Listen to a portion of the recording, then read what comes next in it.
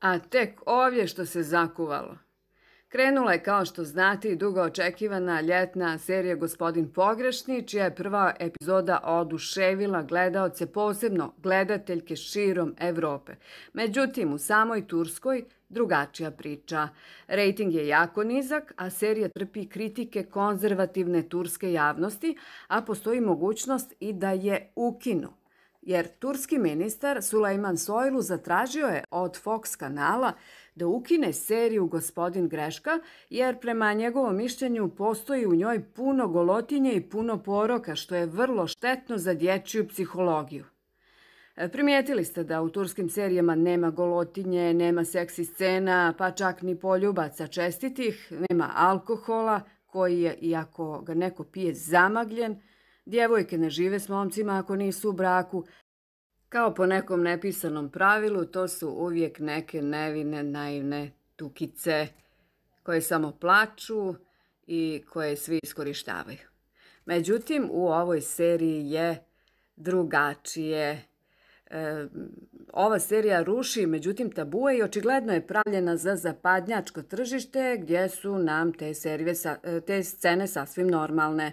Pa tako glavni lik Ezgi promijeni nekoliko muškaraca, a da se još nije udala, živi s njima, pije alkohol javno, završi pijana u kafani, pa je nepoznati muškarac odnese u svoj stan gdje ga ona čak i poljubi, a on hoda skoro cijelu epizodu obnažen sa samo peškirom oko struka.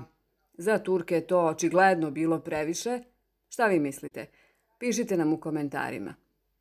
Sad, stižu i lijepe vijesti, jer prema Digilupu, analizi društvenih mreža, Gospodin Pogrešni zauzima vodeću poziciju na rang listi, trenutno kao jedna od najpopularnijih ljetnih serija na društvenim mrežama.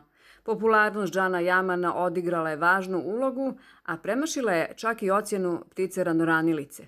Zbog popularnosti u stranim zemljama, serija će tako biti produžena za najmanje 20 epizoda. Nadamo se da će zaista tako i biti i da je neće zabraniti.